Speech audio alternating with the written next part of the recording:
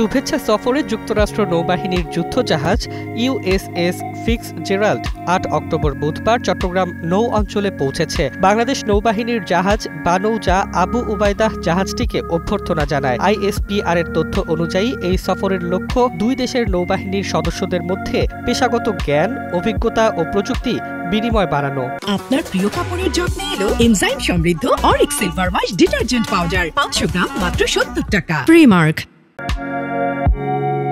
তবে বিশ্লেষকদের মতে সফরটি শুধু সৌজন্য নয়, এতে ভূরাজনৈতিক বার্তাও নিহিত আছে। সাম্প্রতিক সময়ে বঙ্গোপসাগর কৌশলগতভাবে গুরুত্বপূর্ণ হয়ে উঠেছে।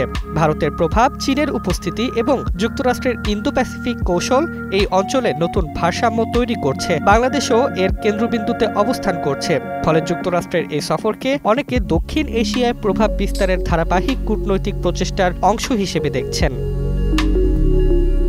অন্যদিকে সরকার ও প্রতিরক্ষা কর্মকর্তারা বলছেন এটি কেবল বন্ধুত্বপূর্ণ সফর, যার মাধ্যমে দুই দেশের নৌবাহিনীর সহযোগিতা আরও দৃঢ় হবে। আগামী ১০ অক্টোবর ফিটজেরাল্ড বাংলাদেশের জলসীমা ত্যাগ করবে।